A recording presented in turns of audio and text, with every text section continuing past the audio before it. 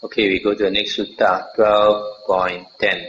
Monks, before my enlightenment, while I was still a bodhisattva, not yet fully enlightened, it occurred to me, alas, this world has fallen into trouble in that it is born, ages and dies. It passes away and is reborn, yet it does not understand the escape from this suffering, headed by aging and death.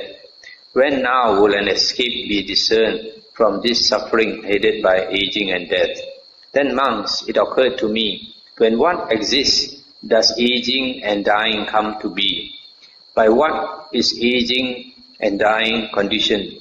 Then, monks, through careful attention, there took place in me a breakthrough by wisdom. When there is birth, aging and death or dying comes to be. Aging and death has birth as its condition. I stop here for a moment. So here, the Buddha was trying to, the Bodhisattva, he was trying to analyze, why is there suffering in this world? Then he realized, it's because we are born into this world, therefore we must suffer. If we are not born into this world, then there's no suffering. So the cause of aging and dying, that means suffering, is birth. Then, monks, it occurred to me, when what exists, does birth come to be? By what is birth conditioned? Then, monks, through careful attention, there took place in me a breakthrough by wisdom. When there is being, birth comes to be. Birth has existence, as being as its condition. Then stop here for a moment. So here the Buddha is thinking, why is there birth? Then he realized, there is birth because there is this perception, I exist, I am. When you have that feeling, I exist in this world, then you perceive that you are born into this world, right? Then, monks, it occurred to me, when what exists, or when what, this word bhava can be exist, does being come to be? When what exists, does being come to be? By what is being conditioned or existence conditioned? Then, monks, by careful attention, there took place in me a breakthrough by wisdom. When there is clinging, being comes to be. Clinging, being has clinging as its condition. Stop here a moment. As I explained just now, once you enjoy life, you cling to it, then you have that perception that I enjoy, I exist. So that's why the being comes into. Then, monks, it occurred to me, when what exists, does clinging come to be? By what is clinging conditioned? Then, monks, through careful attention, there took place in me a breakthrough by wisdom. When there is craving, clinging comes to be. Clinging has craving as its condition. Then, monks, it occurred to me, when what exists, does craving come to be? By what is craving conditioned? Then, monks, through careful attention, there took place in me a breakthrough by wisdom. When there is feeling, craving comes to be. Craving has feeling for its condition. Stop here for a moment. So here, when there is pleasant feeling, because feeling, there is pleasant feeling, unpleasant feeling, and neutral feeling. So when you experience pleasure, when you have a pleasurable feeling, then you crave, the craving arises. Just like a small kid never tasted ice cream, you give him ice cream, when he tastes it, the pleasurable feeling makes him crave for it. Then, monks, it occurred to me, when what exists, does feeling come to be? By what is feeling conditioned? Then, monks, through careful attention, there took place in me a breakthrough by wisdom. When there is contact, feeling comes to be. Feeling has contact as its condition. Then, monks, it occurred to me, when what exists, does contact come to be? By what is contact conditioned? Then, monks, through careful attention, there took place in me a breakthrough by wisdom. When there are the six sense bases, contact comes to be. Contact has the six sense bases as its condition. Then, monks, it occurred to me, when what exists, do the six sense bases come to be? By what are the six sense bases conditioned? Then, monks, through careful attention, there took place in me a breakthrough by wisdom. When there is mentality, materiality, the six sense bases come to be. The six sense bases have mentality, materiality as their condition. Then monks, it occurred to me, when what exists, does mentality and materiality come to be? By what is mentality and materiality conditioned?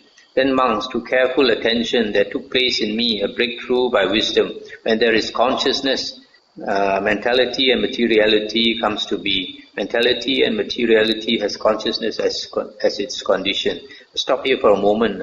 These two, Namarupa and Vijnana, mentality, materiality, and consciousness, you must always consider them as a pair, because they arise together and cease together. So, these, because they are twins, so you have to see that when consciousness and mentality, materiality exists, that means there is consciousness, then the being comes into exists, then the being must have the six senses. It's through the six senses that he perceives the world. So from there, when we have the six senses, then contact at the six senses occurs, which gives rise to feeling, etc. Then monks, it occurred to me, when what exists, does consciousness come to be? By what is consciousness conditioned? Then monks, through careful attention, there took place in me a breakthrough by wisdom. When there is volition, consciousness comes to be. Consciousness has volition as its condition. Then monks, it occurred to me, when what exists, does volition come to be? By what is volition conditioned? Then monks, through careful attention, there took place in me a breakthrough by wisdom. When there is ignorance, volition comes to be. Volition has ignorance as its condition. Thus, with ignorance as condition, volition comes to be. With volition as condition, consciousness, etc., etc. Such is the origin of this whole mass of suffering. Now, origination. Thus, monks, in regard to things unheard before, there arose in me vision, knowledge, wisdom, true knowledge and light. Stop here for a moment. So here, the Buddha's experience was that when he was considering this dependent origination, he considered and he understood, and the mind became bright because he basically his mind is already bright. But when he applied his clear mind to contemplating dependent origination, then light arose. Just like on the night of enlightenment, when the Buddha was practicing hard to become enlightened, then when he attained enlightenment, the Buddha said, light arose, knowledge arose. So it's the same here. So the rest of the sutta is the reverse. Then monks, it occurred to me, when what does not exist, does aging and death not come to be? With the cessation of what does the cessation of aging and death, that means suffering, come about? Then monks, to careful attention, there took place in me a breakthrough by wisdom. When there is no birth, aging and death, that means suffering, does not come to be. With the cessation of birth comes cessation of aging and death.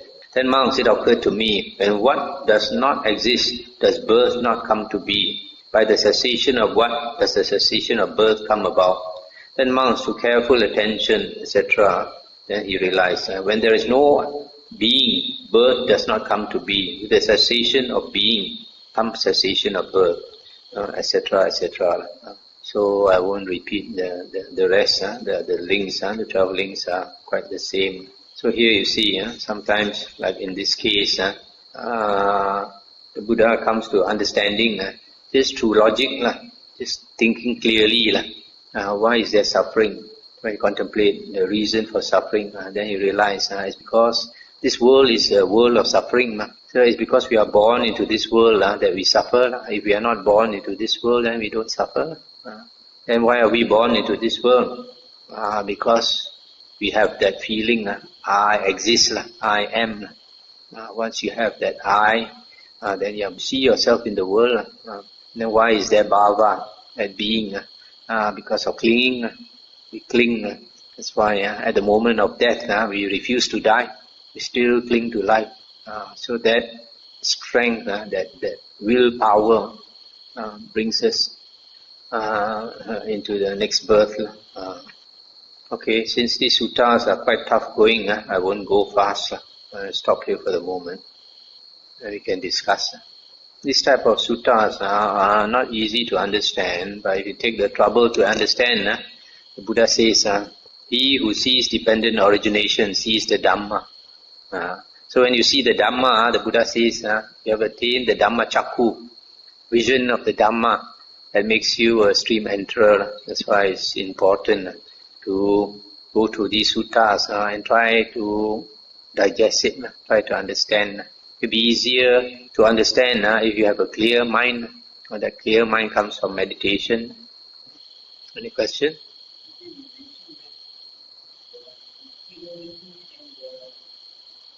Mentality and materiality. Now, there's name and form.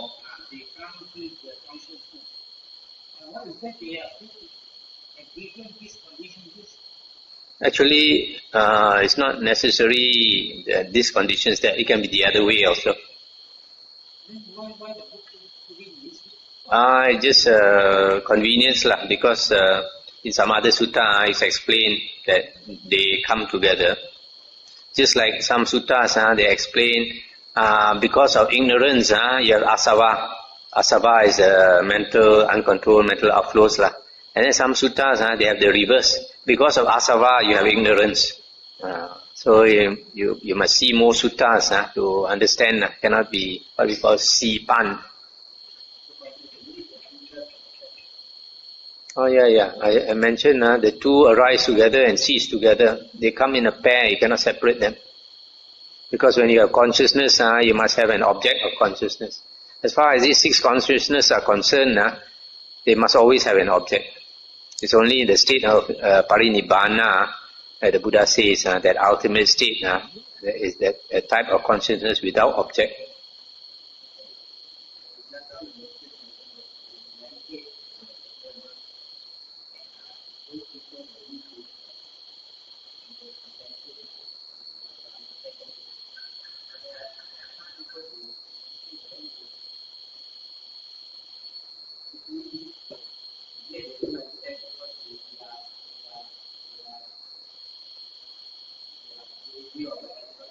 Yeah, sometimes some people have karmic obstacle. Time is not right. No?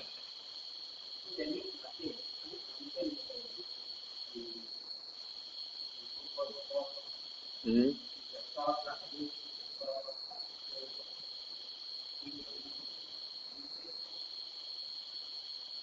No, I don't understand.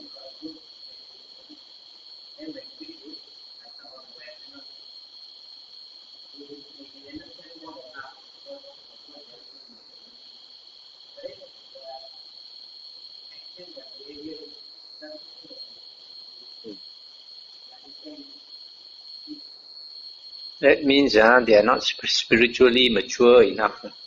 When a person is spiritually mature, then your mind is such that you are ready to let go. There are some people, they come into the Dhamma, they still got a lot of clinging, so they cannot let go a lot of their bad habits, their bad character and all that. So,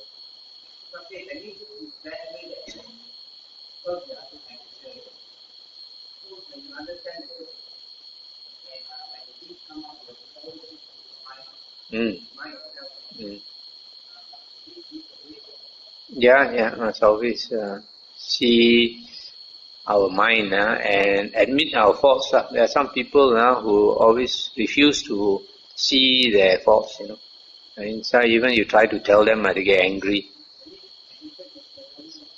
Yeah. Then you have to change. If you see your fault, you have to change. Yeah. Yes, that's why the Buddha says the spiritual path is a very gradual path. Just like the ocean slopes and becomes deeper very gradually. Does not become deep suddenly. So in the same way, the spiritual path, we progress step by step. It takes many years to progress.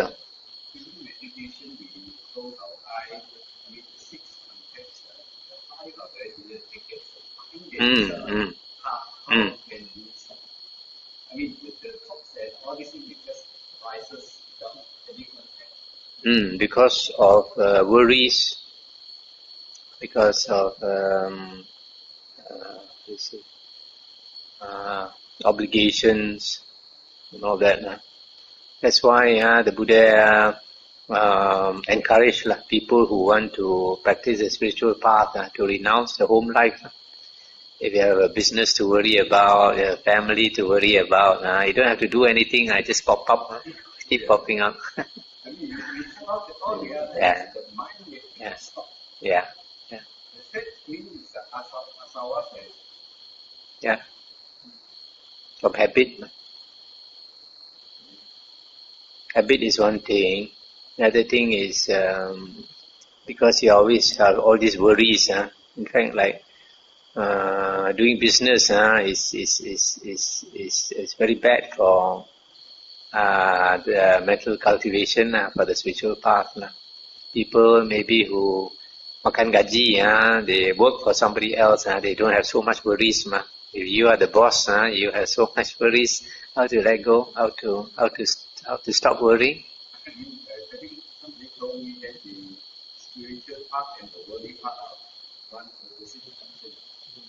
Yeah. The Buddha said the worldly path goes this way, the spiritual path goes this way. Very hard to combine.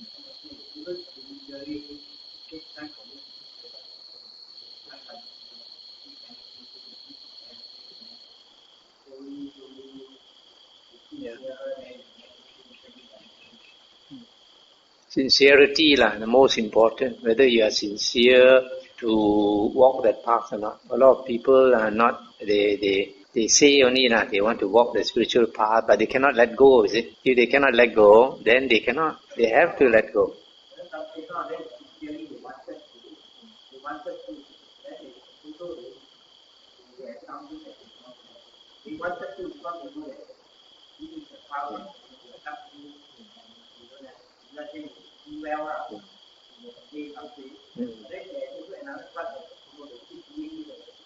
Generally, people who have a good life, you have a lot of money and all that, generally it's more difficult to let go.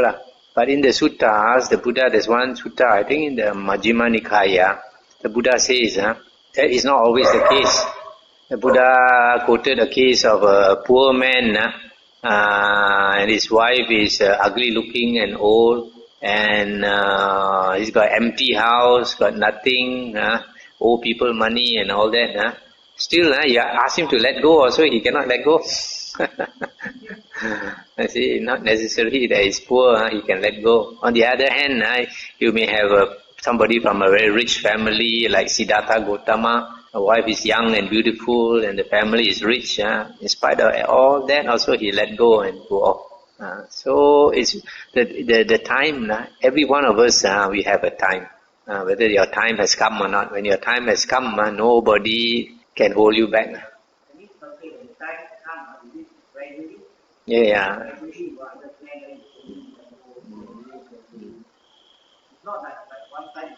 No.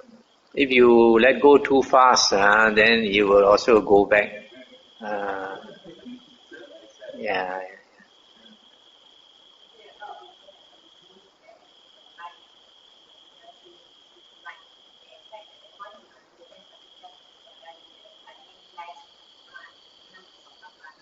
No.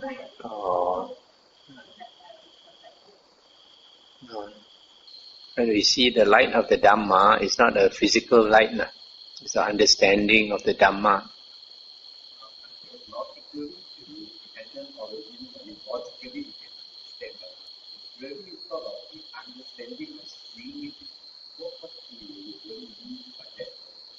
Or you have to go through more suttas and then meditate more, and then slowly, over the years, you will slowly digest. You cannot rush one.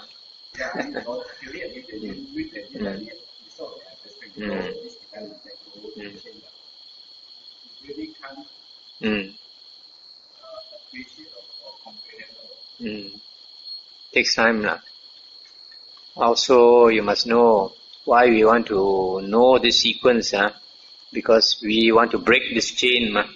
So you want to break this chain, you also have to understand now where you can break. There are 12 links there. You cannot simply break at any point one. Only one place only you can break. That one later you have to understand. Now you haven't studied enough sutta, you don't know that. Huh?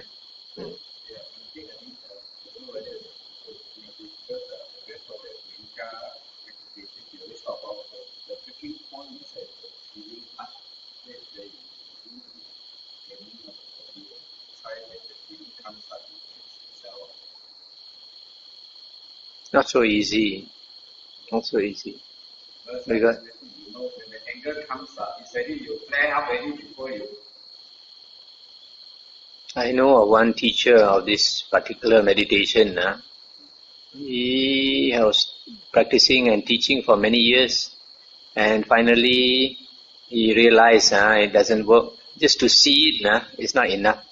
Just like the mindfulness, a lot of people think you practice mindfulness, see your defilements, then you can get rid of it. No, because the defilements are deep-rooted. You can see it, but you cannot pull out the roots. The only way to pull out the roots is to go down to the roots. And how to go down to the roots? Go deep into your mind. That's why samadhi is so important. When we cultivate samadhi, the deeper samadhi you get, the deeper you go into your mind. So when you go deeper into your mind, then only you are able to pull it up. Just mindfulness is not enough. Just like telling somebody, somebody is a drunkard. You tell him drinking is no good. You are harming yourself. You are harming your family. You are not working. Your family is suffering and all that. He knows, but he cannot let go. He cannot throw away the bottle. It's a crutch lah. If he's using that crutch for so many years, you ask him to throw away, he cannot. But if his mind is strong enough, it's different. If his mind is strong enough, then he realizes it's no good for him. He just chuck it off. Whether your mind is strong enough or not. There are some people where the mind is so strong that they can do it. There's one, I think in the Theravada or somewhere, mentioned about one layman. He is a very rich man, and every day he enjoys seeing his slaves dancing and singing for him, and he'll drink liquor until he gets drunk, see all the slaves dancing and drinking for him. But because this person has what we call good roots, the former life he was an ascetic, and the Buddha knew, so the Buddha came to him. So the Buddha just walked past his house. And he saw the Buddha, something from the past struck him, Something from the past struck him. And when he looked at the Buddha, his mind became one point. When he looked at the Buddha, he focused his mind on the Buddha. His mind became one pointed. All his drunkenness he shook off. Then he went to see the Buddha and paid respect to Buddha, everything, and then became a follower. So you see, if you have that strength of mind, that's why samadhi is so important. If your mind is strong, when you focus it on something, it's like a laser beam. So that's why when we hear the Dhamma, for somebody who has a good samadhi, when he hears the Dhamma, he just has to concentrate on it. He will understand. Whereas a person with a groggy mind, blur mind, how many times he hears the sutta also, it doesn't penetrate. He's like a drunk, sloth and topper. People don't understand the use of samadhi.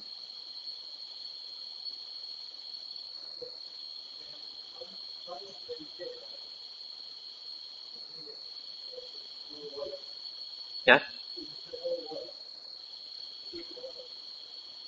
You have an internal voice talking to you.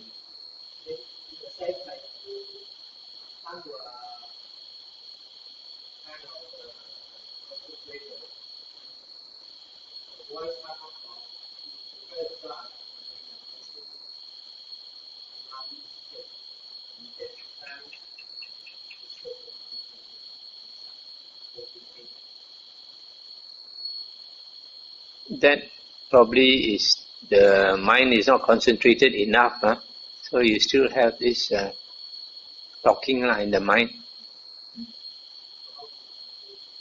Just focus your attention on your object. Don't think about it. Just like sometimes when you are meditating, if your mind is not concentrated enough, you think, today very hot. The sand fly biting my ear. My leg is painful. All these can be said to be stray thoughts. But if your mind is focused on your object, then even the sand fly bite you also you don't notice. Even your leg pain also you don't notice. All these things you don't know.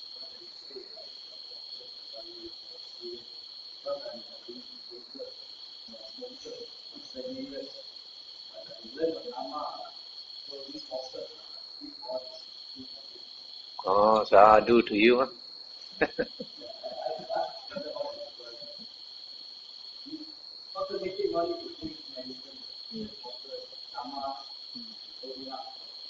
That's why the Dhamma is so powerful.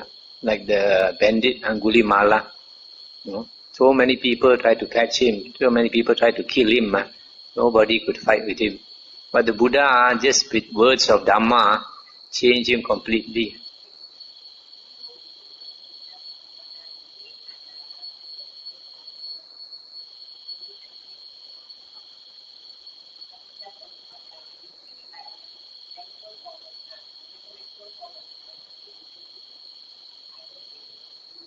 Not much. You have to understand exactly each link one by one.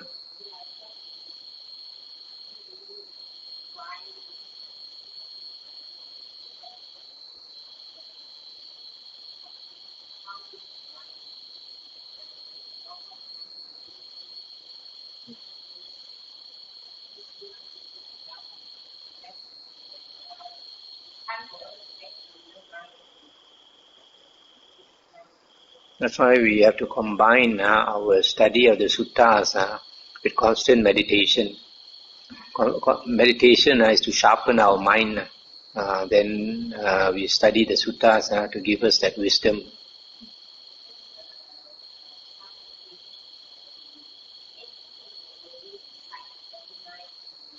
No point. No.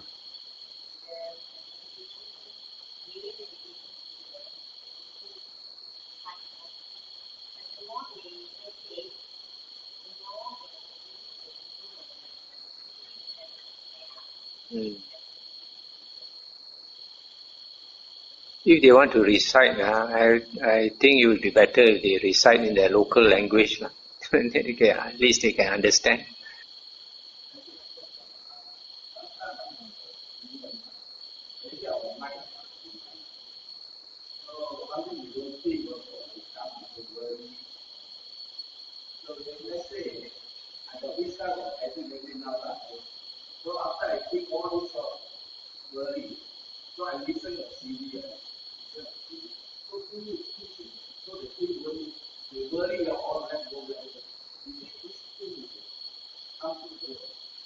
Yeah.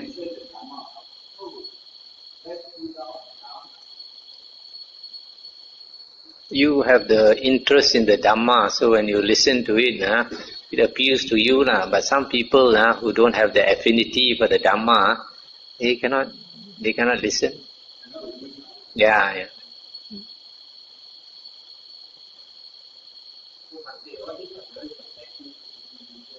Mm. Yeah. That's why you see people like Devadatta, with the Buddha as a teacher also, he goes to hell. In spite of all his jhanas and psychic power and all that, also he goes to hell. So that's why we have to be very careful.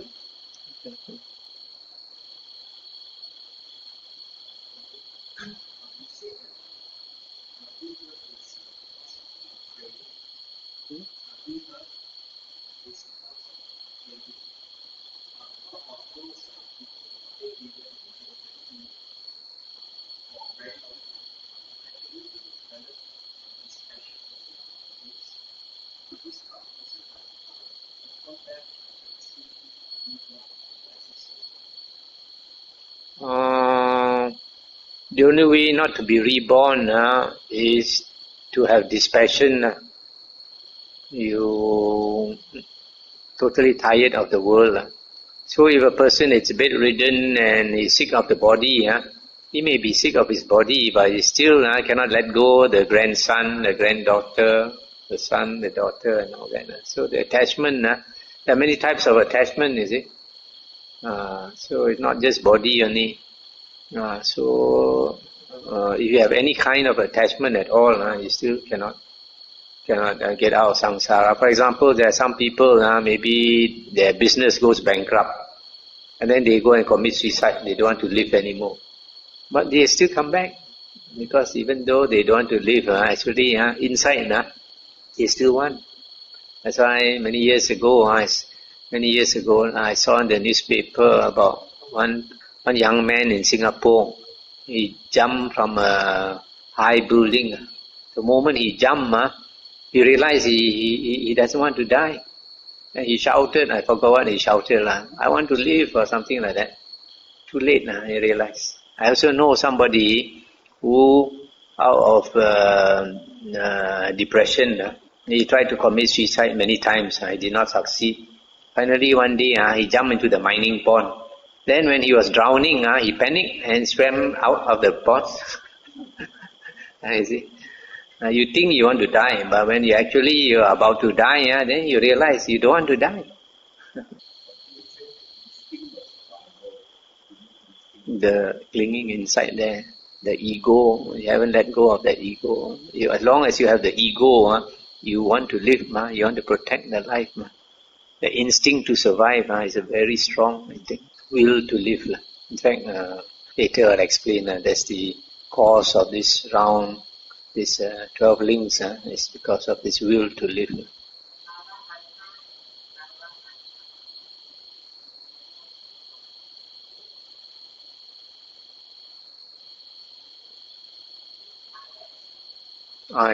This craving for existence and craving for non-existence, they bring us to rebirth. The craving for existence we understand because we want to live. But the craving for non-existence, there are two types. One is a person who wants to commit suicide because of seeing dukkha. He doesn't want to live anymore. So he will try many times until he succeeds, until he dies. But that person, his heart is burning. It's very agitated. So when he dies, he cannot enter Nibbana. Nibbana is a cool state. You have to be totally cool, let go of everything, then only you can enter Nibbana. So a person who commits suicide, he will definitely be reborn, even though he has that desire not to be reborn. The other one is ascetic. Ascetic, he is feeling so much dukkha that he wants to get liberated from rebirth. So he tries very hard, just like our Buddha. Before our Buddha was enlightened, he tried all ways, all kinds of ascetic practice. He sees all the different types of ascetics practicing. He just follow them. So all these ascetic practices, he does it with an extreme desire for liberation. So this extreme desire, because his mind is agitated, is so strong, he cannot get liberation. That's why the first sutta I read in the Samyutta Nikaya, the Buddha said, when he strove too hard, he got whirled around. When he stood still, he sank. So without striving too hard and without standing still, he crossed the flood. So the middle path, we put in the effort because it's necessary, but the desire to become liberated must not be too strong. If your desire to become liberated is too strong, your mind is agitated, not playing it cool, so you cannot attain cool state. Okay, shall we end here?